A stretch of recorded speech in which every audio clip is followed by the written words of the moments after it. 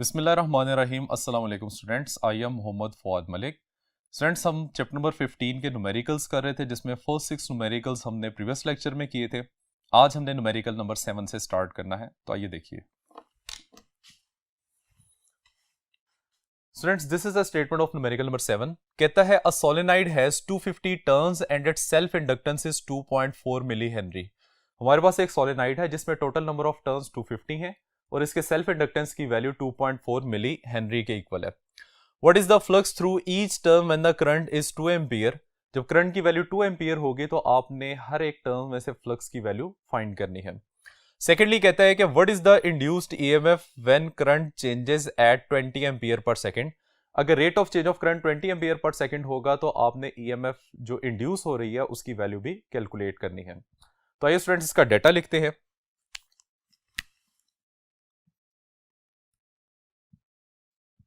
Data में सबसे पहले number of turns of the solenoid capital N से रिप्रेजेंट करता है, दैट इज 250 टर्न्स। सेकेंडली उसने सेल्फ इंडक्टेंस की वैल्यू बताई है विच इज कैपिटल एल। इसकी वैल्यू है 2.4 और मिली को हम लिख देंगे 10⁻³ हेनरी। फिर उसने हमें करंट की वैल्यू बताई है I is equal to 2 ampere and then finally हमारे पास वैल्यू है rate of change of current, जिसको हम delta I divided by delta T लिखेंगे और इस सारे फैक्टर की वैल्यू है 20 एम्पियर पर सेकेंड। रिक्वायर्ड है इसमें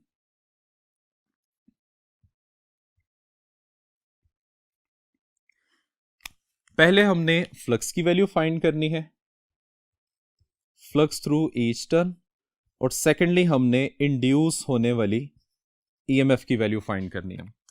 तो आइए स्टूडेंट्स अब हम इसका सॉल्यूशन स्टार्ट करते हैं। सॉल्यूशन,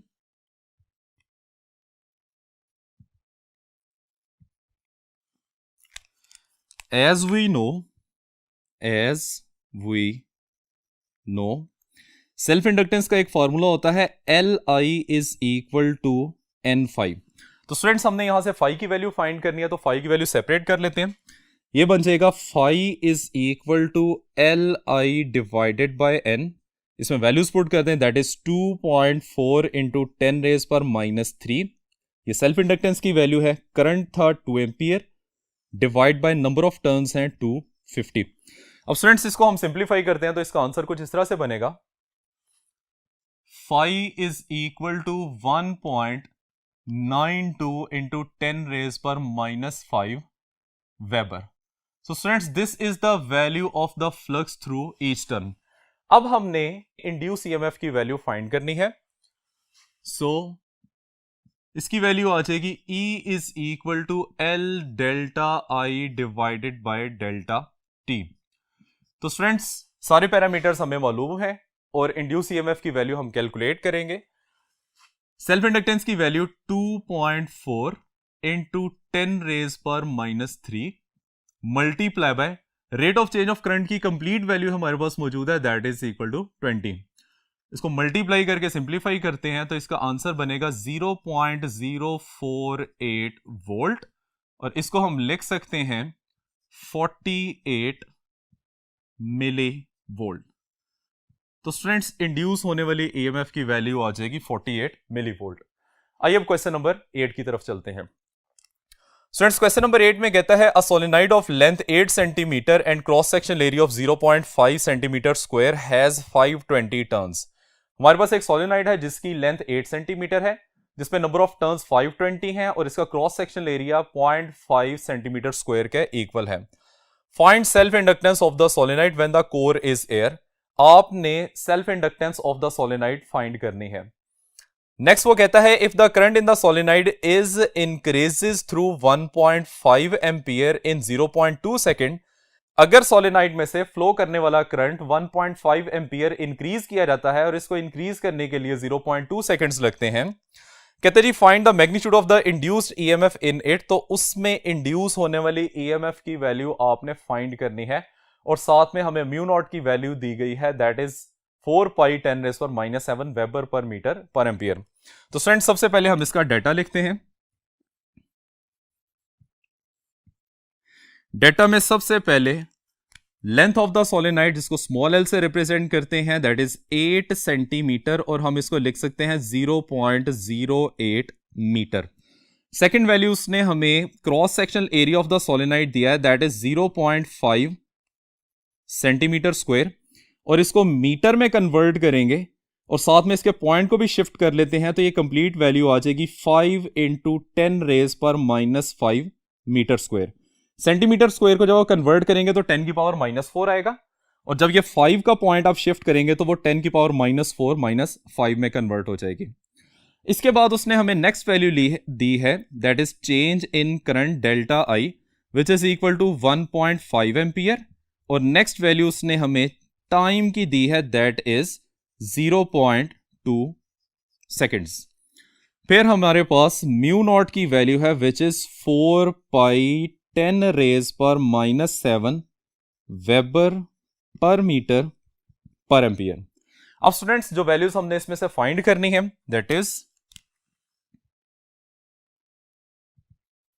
रिक्वायर्ड में पहले उसने कहा है कि फाइंड सेल्फ इंडक्टेंस, और सेकेंडली वो कहता है कि find magnitude of induce EMF. तो नंबर 1 यहां पे आ जाएगा, आपने सेल्फ इंडक्टेंस की वैल्यू फाइंड करनी है, और नंबर 2 आपने इंड्यूस्ड ईएमएफ की वैल्यू फाइंड करनी है। तो आइए स्टूडेंट्स क्वेश्चन का सॉल्यूशन स्टार्ट करते हैं। सॉल्यूशन,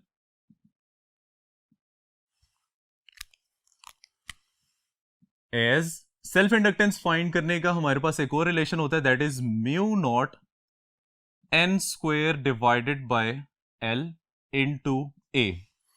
अब यहां पे हमारे पास म्यू नॉट की वैल्यू भी है, नंबर ऑफ टर्न्स भी है, स्मॉल l यानी लेंथ ऑफ द सोलेनाइड भी मौजूद है, और capital A which is the cross sectional area of the solenoid, ये भी हमारे पास मौजूद है। इसमें वैल्यूज प्लेस करेंगे तो म्यू नॉट की वैल्यू आ जाएगी 4π10⁻⁻7, मल्टीप्लाई हो रहा है नंबर ऑफ टर्न्स से, तो that is 520 number of turns, इसका स्क्वायर आ जाएगा। नेक्स्ट हमारे पास वैल्यू है, that is cross section area, which is 5 × 10⁻⁻5, और डिवाइड करेंगे हम इसको लेंथ ऑफ द सोलेनाइड से, विच इज 8 × 10⁻⁻2। स्टूडेंट्स इसको सिंप्लीफाई करते हैं तो सेल्फ इंडक्टेंस की वैल्यू हमारे पास बन जाएगी, दैट इज 2.12 × 10⁻⁻4 हेनरी। अब स्टूडेंट्स हमने इंड्यूस होने वाली ईएमएफ फाइंड करनी है, तो उसके लिए number 2 EMF that is equal to L delta I divided by delta T. अब इसमें भी तमाम पैरामीटर्स हमारे पास मौजूद हैं, so E is equal to self inductance की वैल्यू भी हमने फाइंड की है, that is 2.12 10⁻⁴, change in current है 1.5 एम्पियर, डिवाइडेड बाय इसको चेंज होने के लिए जो टाइम लगा है दैट इज 0.2 सेकेंड्स। इसको सिंप्लीफाई करते हैं तो ईएमएफ की वैल्यू आ जाएगी 1.6 × 10⁻³ वोल्ट। तो students this is the value of induce EMF. आइए अब क्वेश्चन नंबर 9 की तरफ चलते हैं। Students this is the statement of question number 9। कहता है when current through coil changes from 100 milliampere to 200 milliampere in 0.005 seconds an EMF of 40 millivolt is produced in the coil. हमारे पास एक कॉइल है जिसमें करंट का चेंज उसने बताया हुआ है 100 मिलीएम्पियर से 200 मिलीएम्पियर, और इसको चेंज होने के लिए जो टाइम लगता है उसकी वैल्यू उसने बताई हुई है, दैट इज 0.005 सेकेंड्स। तो कहता है इस rate of change of current की वजह से कॉइल में एक ईएमएफ इंड्यूस होती है जिसकी वैल्यू 40 मिलीवोल्ट के इक्वल है। फाइंड हमने करना है, कहता है what is the self inductance of the coil, coil की सेल्फ इंडक्टेंस क्या होगी, and secondly find increase in the energy stored in the coil, coil में जो स्टोर्ड एनर्जी है उसमें कितना इंक्रीज आएगा। तो स्टूडेंट सबसे पहले इस क्वेश्चन का डाटा लिखते हैं। डाटा, तो स्टूडेंट सबसे पहले वैल्यू उसने हमें करंट की दी है, that is I1 which is equal to 100 milli ampere, इसको हम लिखेंगे 0.1 एम्पियर। I2 करंट की वैल्यू है 200 मिली एम्पियर और इसको हम लिखेंगे 0.2 एम्पियर। दोनों का चेंज निकालेंगे, so delta I that is equal to I2 minus I1 which is 0.2 minus 0.1 और डेल्टा आई की वैल्यू आ जाएगी 0.1 एम्पियर। इस करंट को चेंज होने के लिए जो टाइम लगा है वो भी उसने हमें बताया हुआ है 0.005 सेकेंड्स।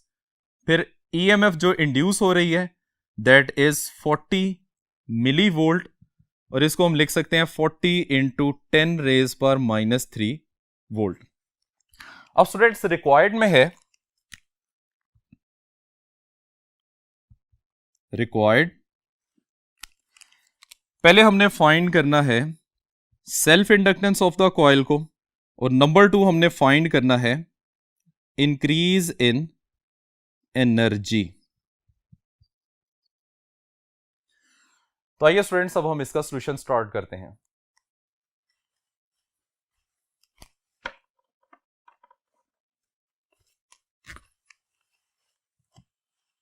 आइए स्टूडेंट्स अब सॉल्यूशन स्टार्ट करते हैं। Solution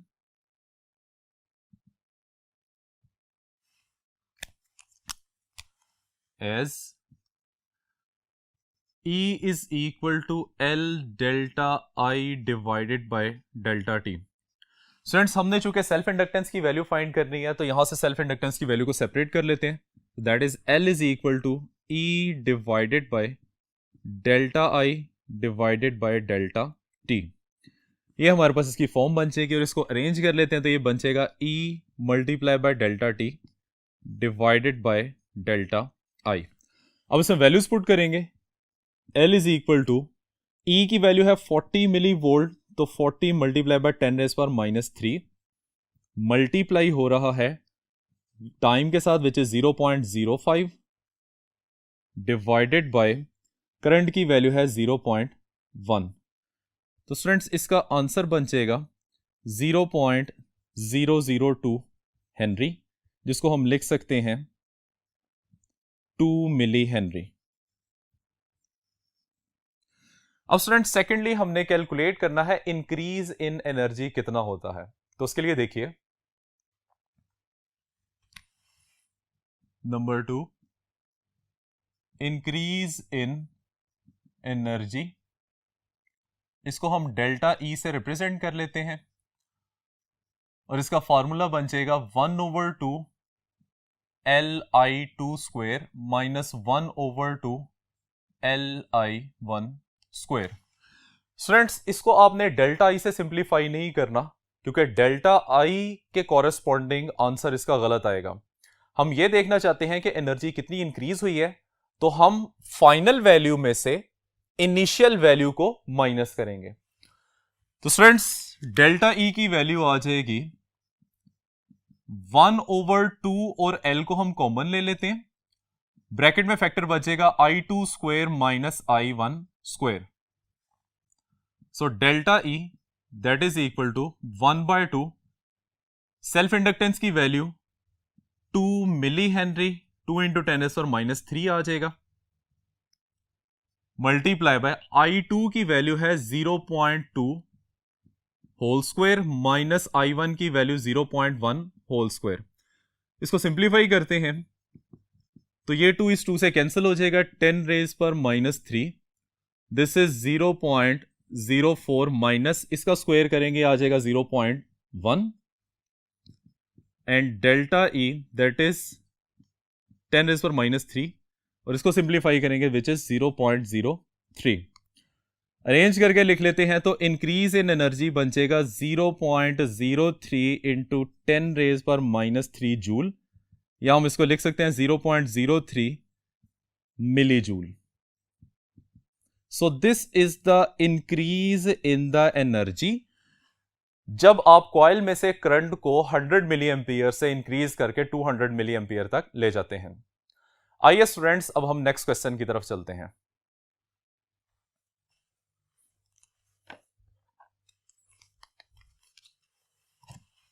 students this is the statement of question number 10। कहता है like any field earth magnetic field also stores energy. हर एक फील्ड की तरह अर्थ का मैग्नेटिक फील्ड भी एनर्जी स्टोर करता है।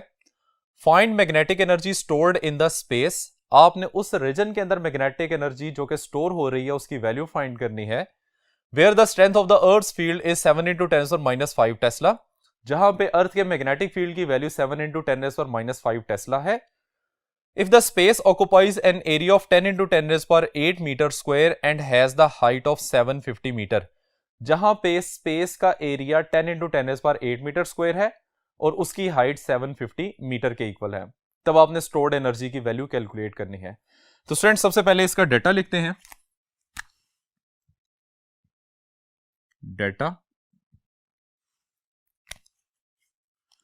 डेटा में सबसे पहले हमारे पास वैल्यू है magnetic field B which is equal to 7 × 10⁻⁵ tesla. उसके बाद हमें एरिया की वैल्यू दी है दैट इज 10 × 10⁸ मीटर स्क्वायर। फिर हाइट दी हुई है जिसको हम L से भी रिप्रेजेंट कर सकते हैं, इसकी वैल्यू है 750 मीटर।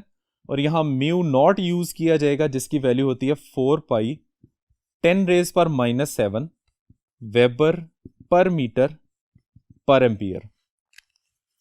रिक्वायर्ड है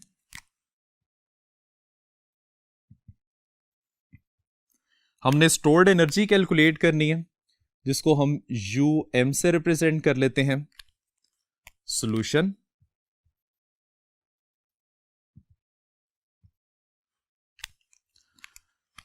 as we know UM that is equal to 1/2 B square divided by mu naught into AL। अब स्टूडेंट्स यहां पे तमाम पैरामीटर्स हमारे पास डाटा में मौजूद हैं, इसमें वैल्यूज पुट करते हैं। वैल्यूज पुट करेंगे तो ये बन जाएगा 1/2 as it is. Magnetic field की value 7 × 10⁻⁵ whole square divided by mu naught की वैल्यू 4 पाई 10⁻⁷। एरिया की वैल्यू है 10 × 10⁸ और हाइट की वैल्यू है 750। अब स्टूडेंट्स ऊपर वाले फैक्टर्स को सिंप्लीफाई करते हैं तो ये हमारे पास बनेगा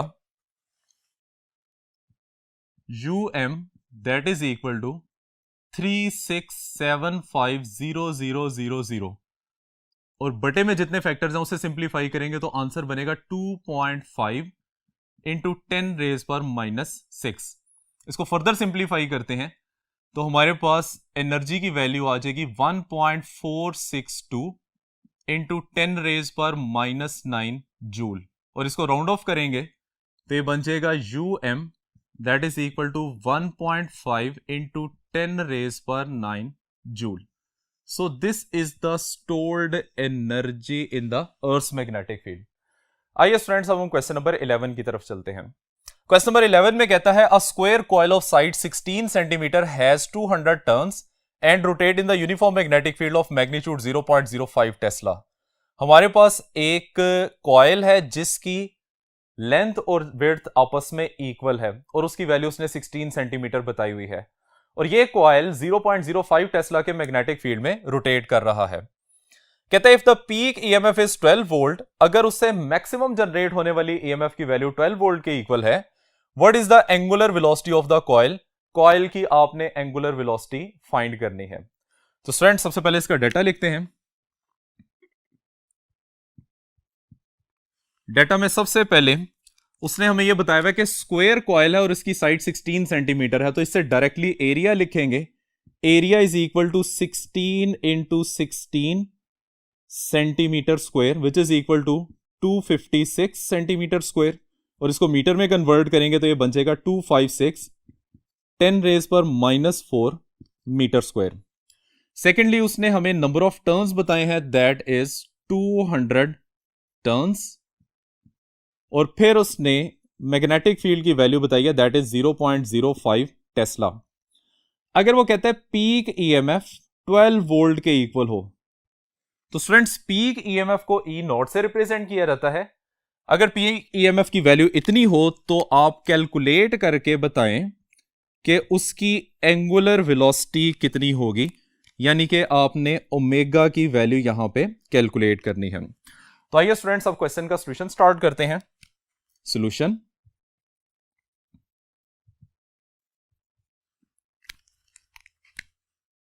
एज फॉर पीक ईएमएफ हम लिख सकते हैं E naught is equal to N omega A B. ये पीक ईएमएफ का फॉर्मूला आ जाएगा जिसमें से हमने ओमेगा की वैल्यू फाइंड करनी है।